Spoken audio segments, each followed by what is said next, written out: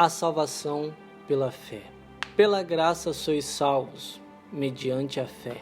Efésios capítulo 2, versículo 8. Todas as bênçãos que Deus comunica ao homem vêm de sua mera graça munificente ou favor, de sua livre e merecida benevolência, representando graça inteiramente espontânea, visto nenhum direito ter o homem a menor clemência por parte da divindade. Foi a livre graça que formou o homem do pó da terra e nele soprou alma vivente, estampando nessa alma a imagem de Deus, sujeitando todas as coisas debaixo de seus pés. A mesma graça chega até nós neste dia, traduzindo-se em vida, respiração e todas as coisas. Nada do que possuímos ou realizamos merece o mínimo favor das mãos de Deus. Todas as nossas obras, ó Deus, Tu as operaste em nós. Assim, elas são outras tantas manifestações da livre misericórdia, e qualquer que seja a justiça que se encontre no homem, ainda será também uma dádiva de Deus. Com o que fará o pecador propiciação pelo menor de seus pecados? Com suas obras? Não, ainda que esses sejam muitas e sejam santas, não lhe pertencem, mas são de Deus.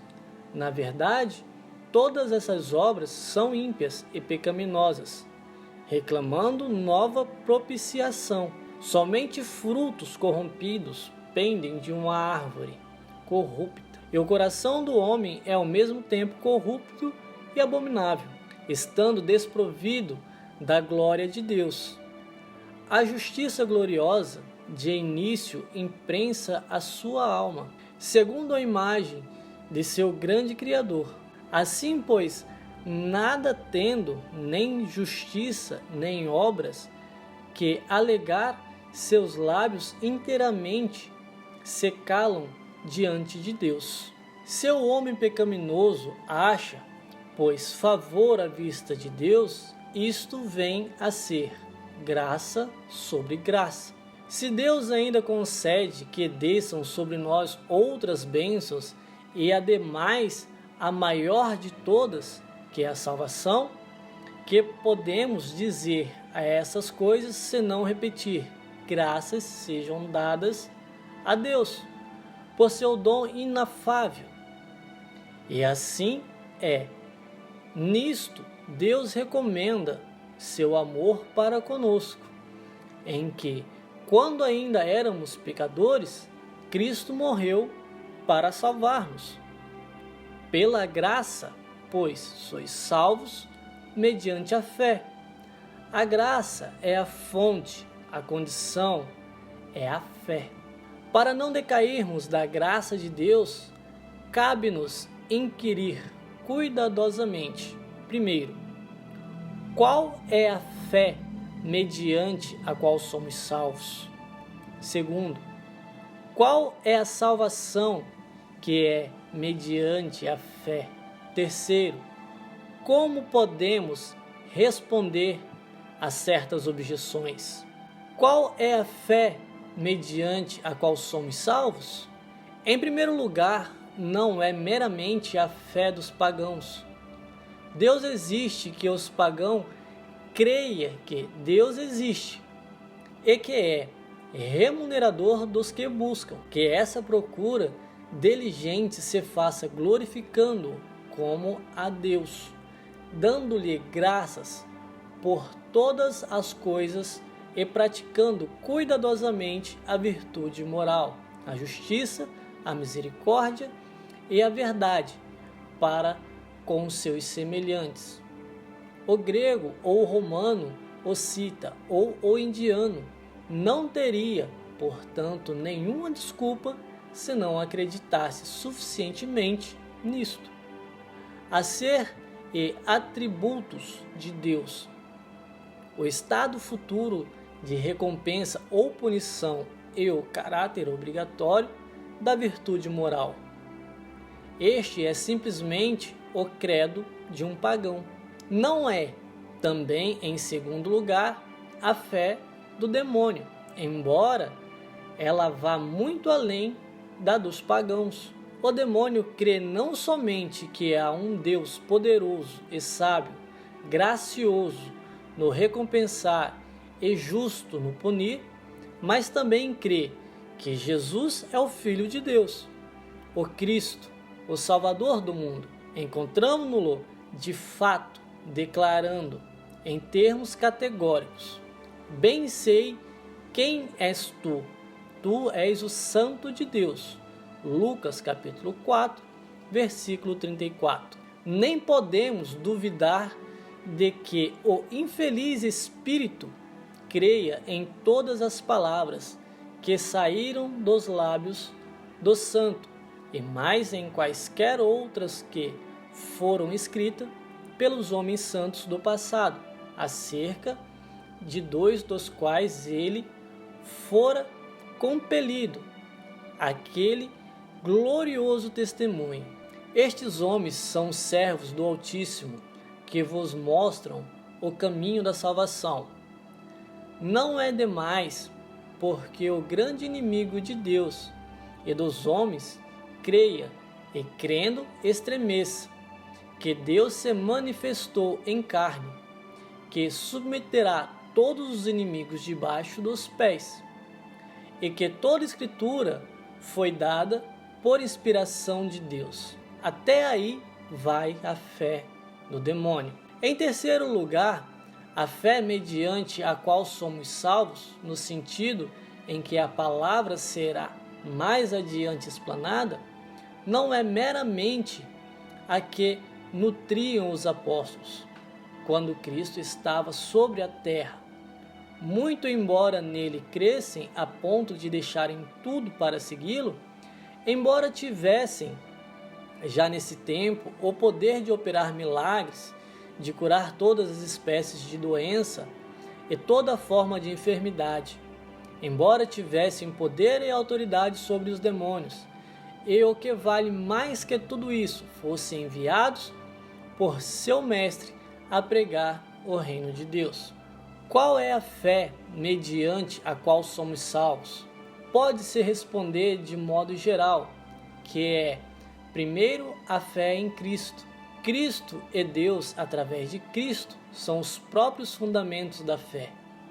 Nisto se distingue ela suficientemente, absolutamente, da fé, seja dos antigos ou dos modernos pagãos. Da fé que possui o demônio, ela se distingue por isto.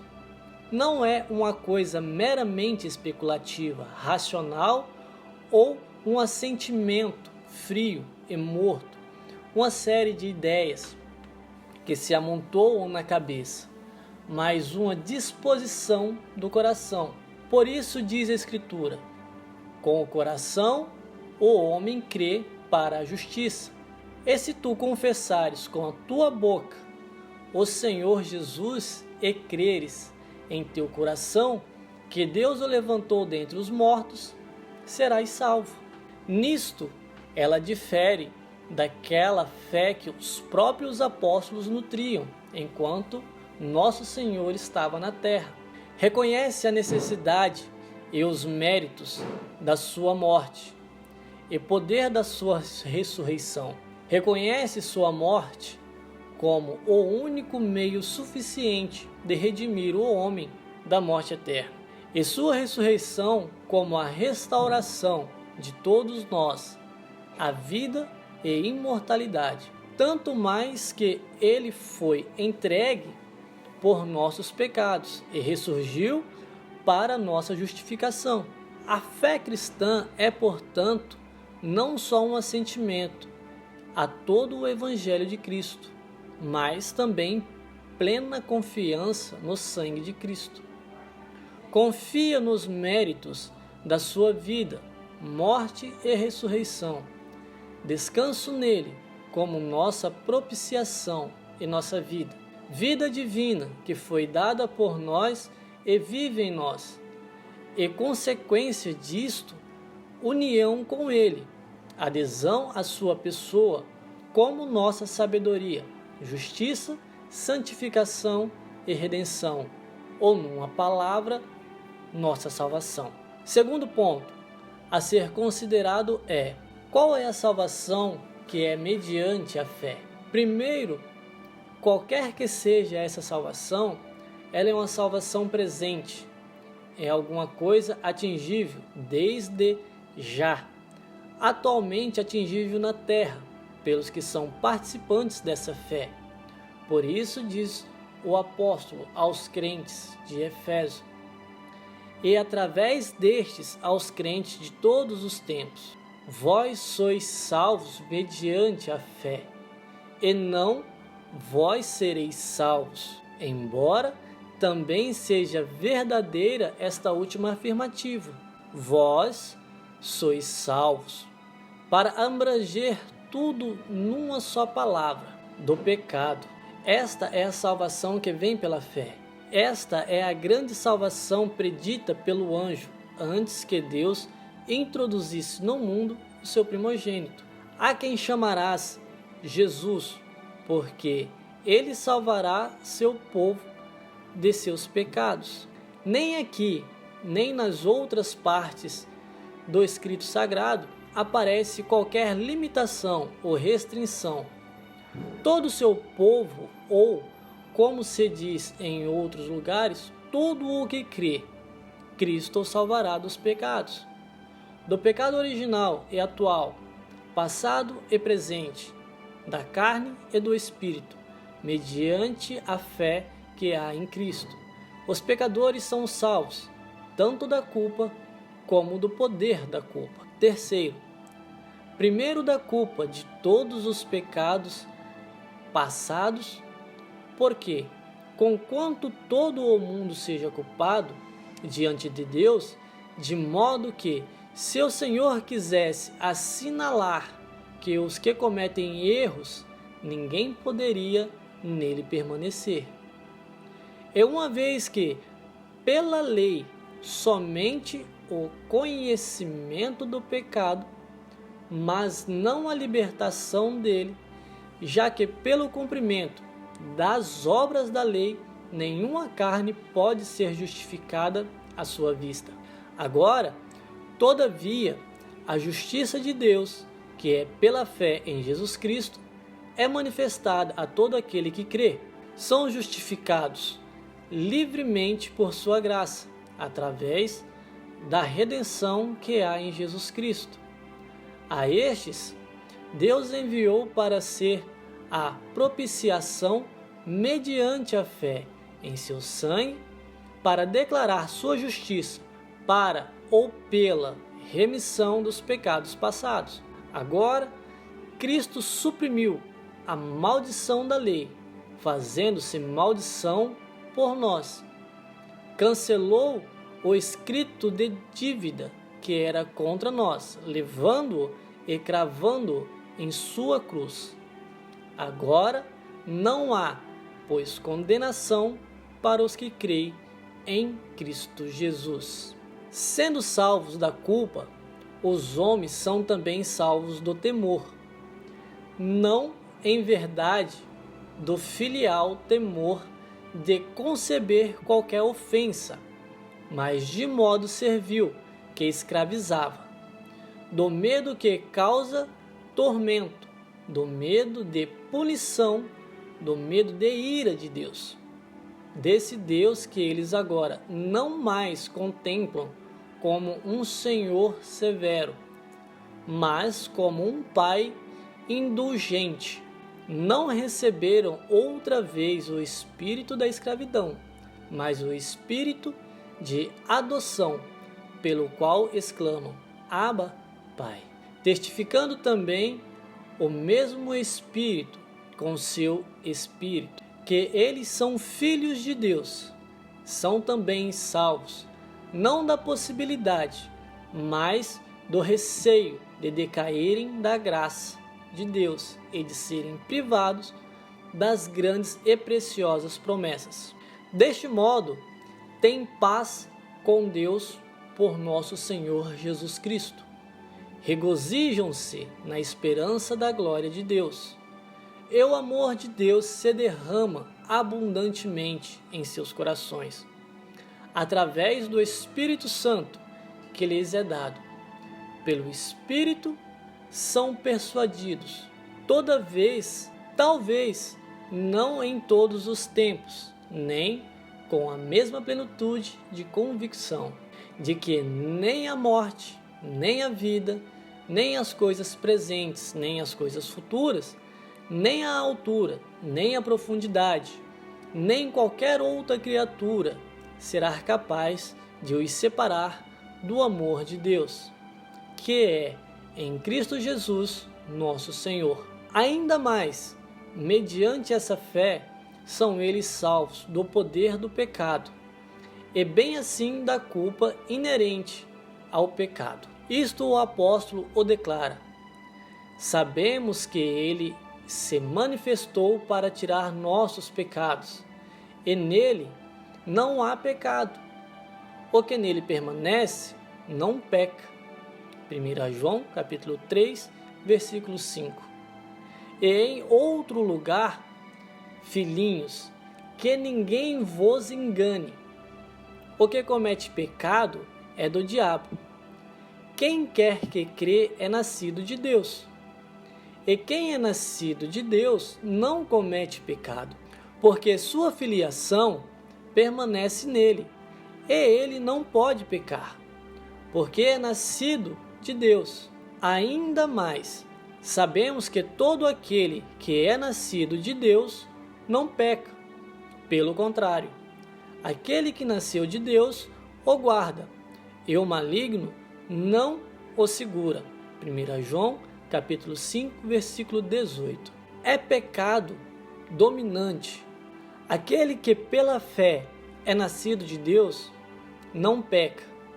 Primeiro, por pecado habitual, porque todo pecado habitual é pecado dominante, mas o pecado não pode dominar a qualquer que creia. Nem, segundo, por pecado voluntário, porque enquanto permanece na fé, sua vontade tenazente se opõe a todo o pecado, aborrecendo como se fora veneno mortal. Nem, terceiro, por qualquer desejo pecaminoso, porque almeja constantemente a santa e perfeita vontade de Deus, e qualquer tendência para o desejo profano, ele a sufoca desde o início, pela graça de Deus. Nem, quarto, peca por enfermidade, quer pela prática de qualquer ato que por palavra ou pensamento, porque suas fraquezas não têm o concurso da vontade, e sem tal concurso não há propriamente pecado. Assim, o que é nascido de Deus não peca, embora não possa dizer que não tenha pecado. Certo é que, atualmente, ele não peca. Esta é, pois, a salvação pela fé.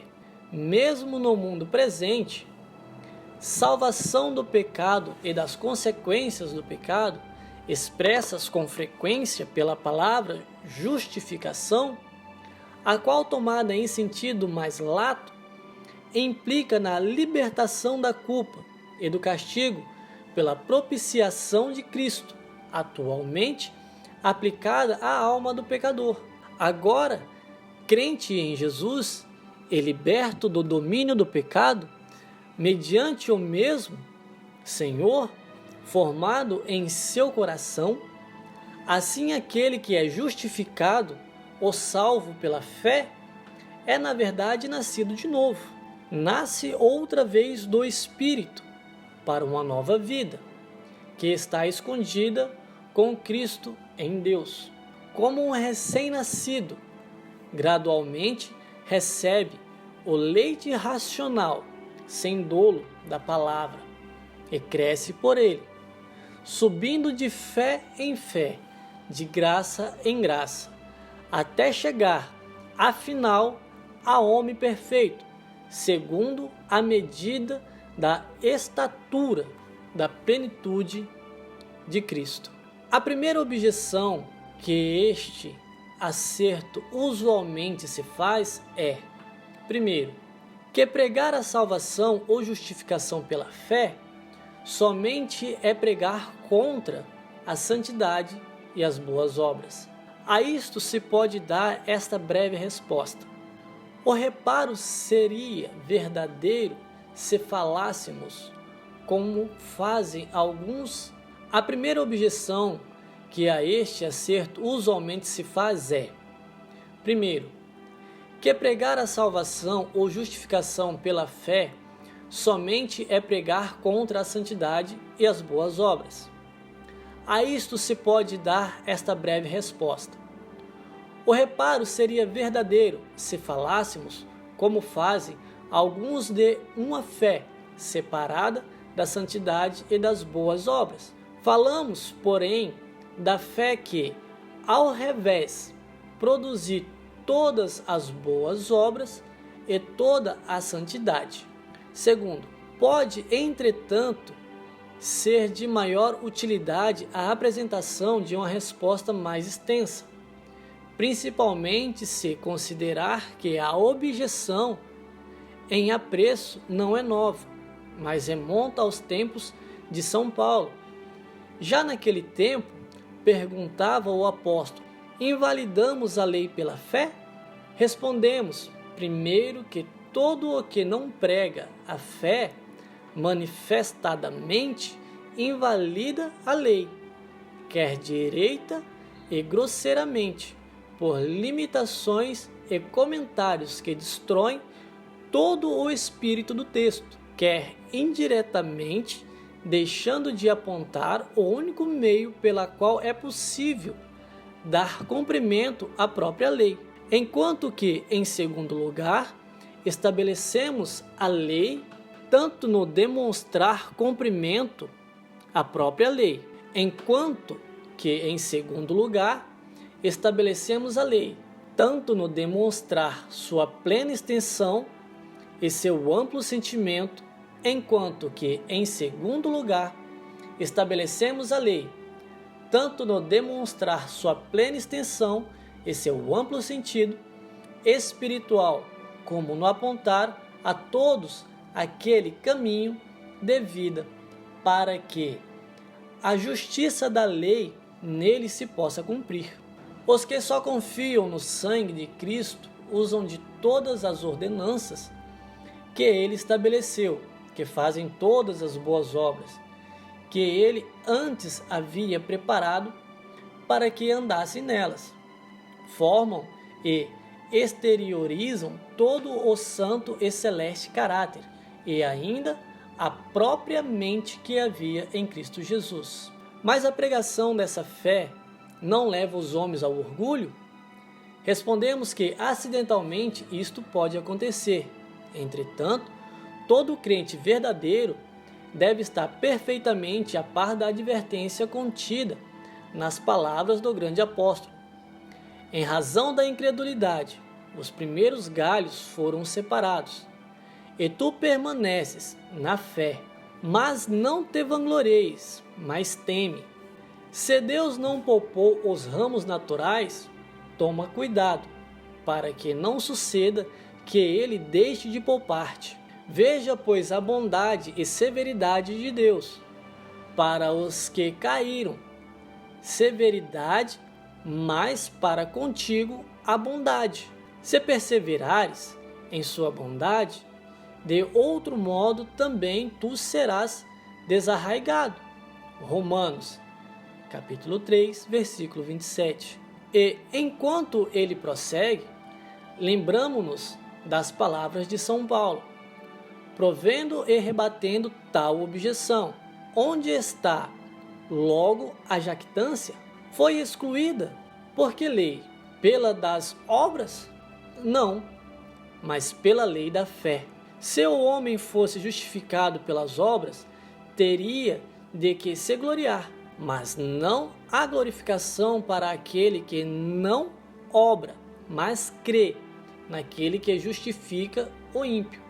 Romanos, capítulo 4, versículo 5. No mesmo sentido são as palavras que procedem e seguem o texto. Efésios 11, versículo 4 a seguir. Deus, que é rico em misericórdia, ainda quando estávamos mortos em pecado, reconciliou-nos com Cristo.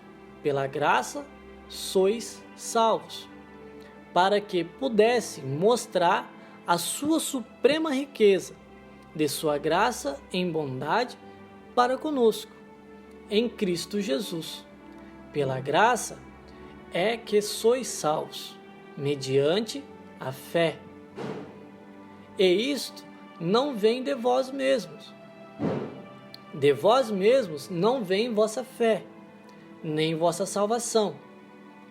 São dons de Deus, representam livre e imerecida dádiva. A fé, mediante a qual sois salvos, bem como a salvação que Deus, por sua própria boa vontade, por seu mero favor, adiciona a ela, procedem do Senhor. O fato de crermos é um aspecto de sua graça. O fato de crendo sermos salvos é outro aspecto. Não pelas obras, para que ninguém se glorie, porque todas as nossas obras, toda a nossa justiça, anteriores à nossa crença, nada merecem de Deus, a não ser a condenação. Tão longe estavam de merecer a fé, que, recebida está, ela não procede do mérito das obras, nem a salvação é pelas obras. Quando cremos, porque Deus é quem então opera em nós. Deste modo, dar-nos recompensa para aquilo que Ele próprio realiza. É gesto que somente pode recomendar as riquezas de sua misericórdia, mas que a nós não nos deixa coisa alguma de que nos possamos gloriar. Falar assim da misericórdia de Deus, salvando ou justificando livremente só pela fé, não incita, porventura, os homens ao pecado? Na verdade, isso pode acontecer e acontecerá. Muitos continuarão no pecado, para que a graça possa superabundar, mas seu sangue será sobre sua cabeça.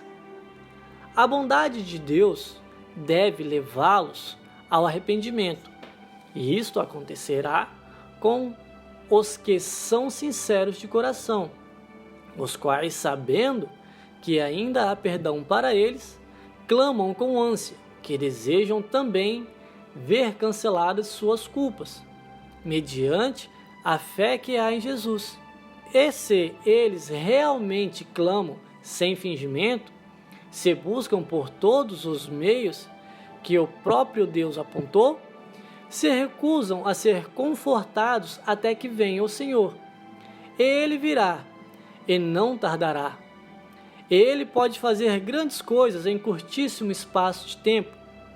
Muitos são os exemplos, nos Atos dos Apóstolos, da divina operação da graça no coração dos homens, manifestando-se como relâmpago, fuzilando desde os céus.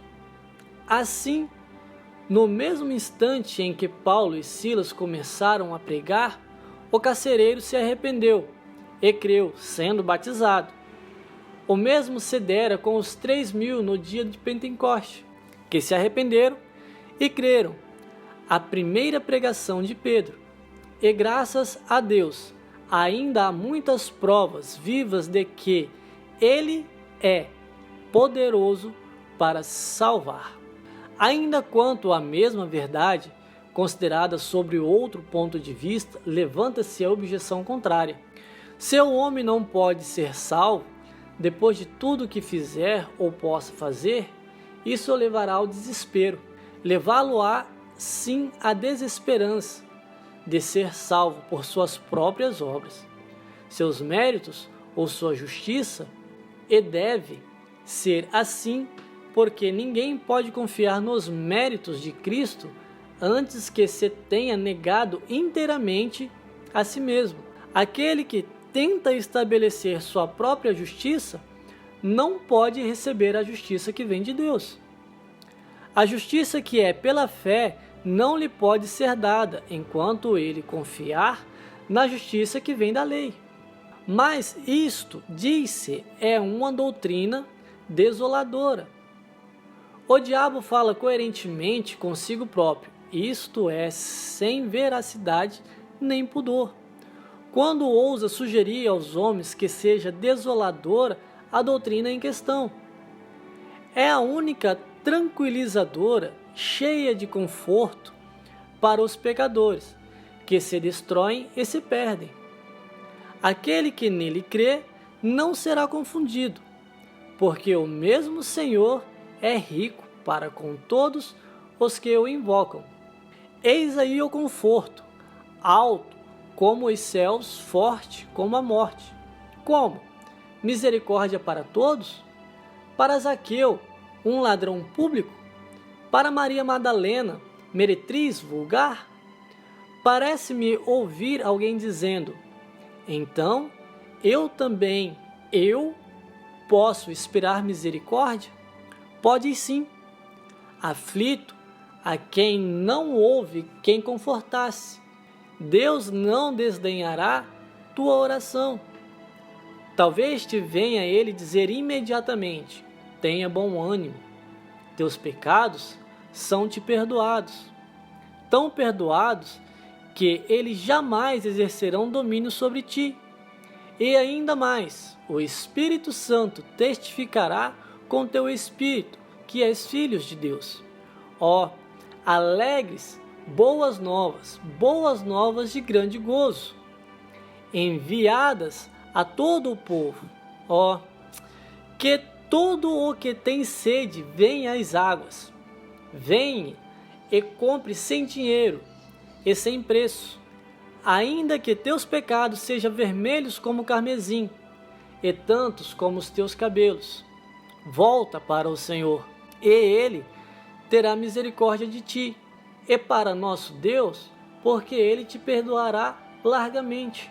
Quando nenhuma outra objeção ocorre, simplesmente nos dizem os opositores que a salvação somente pela fé não deve ser pregada como doutrina capital, ou pelo menos não deve ser pregada a todos. Mas que diz o Espírito Santo? Ninguém pode pôr outro fundamento além do que já foi posto, que é Jesus Cristo. Logo, a doutrina segundo a qual todo o que nele crê será salvo. É e deve ser fundamento de toda a nossa pregação, isto é, deve ser pregada em primeiro lugar, seja assim, mas não a todos. A quem então devemos pregar? Quem será excluído? Os pobres? Não. Eles têm especial direito à pregação do Evangelho. Aos ignorantes? Não. Deus tem revelado essas coisas desde o começo aos simples e ignorantes. Aos jovens? De modo nenhum. Deixa-os de qualquer modo vir a Cristo, e não os embaraceis. Os pecadores? Muito menos. Ele veio a chamar não aos justos, mas os pecadores ao arrependimento. Se, entretanto, tivéssemos de excluir alguns, excluiríamos os ricos, os letrados, os homens afamados e de boa conduta. É verdade que estes, de sua parte, se recusam a ouvir. Todavia, ainda assim lhes devemos dizer a palavra do nosso Senhor. O teor de nossa comissão nolo impõe: ide e pregai o Evangelho a toda criatura. Se alguém para sua própria perdição falsear ou torcer uma parte dessa palavra, esse tal levará sua própria carga. Mas ainda assim, vive o Senhor que, seja o que for que nos disser, isso mesmo diremos. Hoje, mais especialmente, diremos que, pela graça, sois salvos mediante a fé. Porque a sustentação desta doutrina nunca foi mais oportuna do que no presente. Nada pode mais eficientemente prevenir a expansão do erro romanista entre nós do que a pregação daquela doutrina. Seria um nunca acabar ou atacar um a um todos os erros daquela igreja. Mas a salvação pela fé corta-os pela raiz, e onde quer que se estabeleça, imediatamente consome tudo quanto de mal houver em torno. A essa doutrina é que nossa igreja, muito justamente chamada a rocha mais forte e o fundamento da religião cristã, a qual primeiro expulsou o papismo desde os reinos, sendo que somente ela pode mantê-lo à distância. Nada a não ser essa doutrina pode opor um dique àquela imoralidade que invade a terra como um dilúvio. Podes tu encher gota a gota o grande abismo? Podes então reformar-nos através de ademoestações acerca de vícios particulares? Venha, porém, a justiça, que é de Deus pela fé. E então as ondas orgulhosas serão quebradas e deitadas. Nada, senão essa doutrina, pode fechar a boca àqueles que se gloriam em seu opróbrio e abertamente negam o Senhor que os resgatou. Podem eles falar tão sublimemente da lei como os que têm escrito por Deus em seu coração? Ouvindo-os tratar desta matéria, alguém seria tentado a pensar que eles não estivessem muito longe do reino de Deus? Mas quem seja transportados da lei para o Evangelho, comece com a justificação pela fé, com Cristo, o fim da lei para todo aquele que crê. E os que agora aparecem como mais ou menos, senão integralmente cristãos, logo se declaram filhos da perdição, tão distanciados da vida e da bem-aventurança. Deus seja misericordioso para com eles, como o abismo do inferno está longe das alturas do céu. Por esta razão, o adversário se irrita todas as vezes que se prega ao mundo a salvação pela fé. Por esta razão, o adversário agitou toda a terra e o inferno, na ânsia de destruir os que primeiro pregaram a justificação pela fé. E pela mesma razão, conhecendo que só aquela fé poderia subverter os fundamentos de seu reino, reuniu todas as suas forças e empregou todas as suas artes de mentira e de calúnia para demover Martinho Lutero do intento de reverter toda a doutrina. Nem podemos maravilhar-nos disto, porque, como observa aquele homem de Deus, não podia deixar de irar-se o homem orgulhoso, forte, e para ele marchar, tendo nas mãos um caniço. Esse furor cresce de vulto quando o adversário sabe que essa criancinha certamente o derrotará, colocando-o debaixo dos pés. Em casos tais, Senhor Jesus, tua força tem sido sempre aperfeiçoada na fraqueza. Vai com coragem, criancinha, que creres em Cristo. A sua mão direita te mostrará terríveis coisas. Embora esteja desamparado e seja fraco como um recém-nascido, o homem forte não será capaz de permanecer em face de ti. Tu prevalecerás contra ele, e o subjugarás, e o dominarás, e o porás debaixo de teus pés, sob o comando do grande capitão de tua salvação. Marcharás conquistando e vencendo, até que todos os teus inimigos sejam aniquilados e a morte seja tragada na vitória. Agora, graças sejam dadas a Deus, que nos deu a vitória por nosso Senhor Jesus Cristo, a quem, com o Pai e o Espírito Santo, sejam a bênção, a glória, a sabedoria, os louvores e honras, o poder, a força, para todo sempre. Amém. Sermão de John Wesley: A salvação pela fé.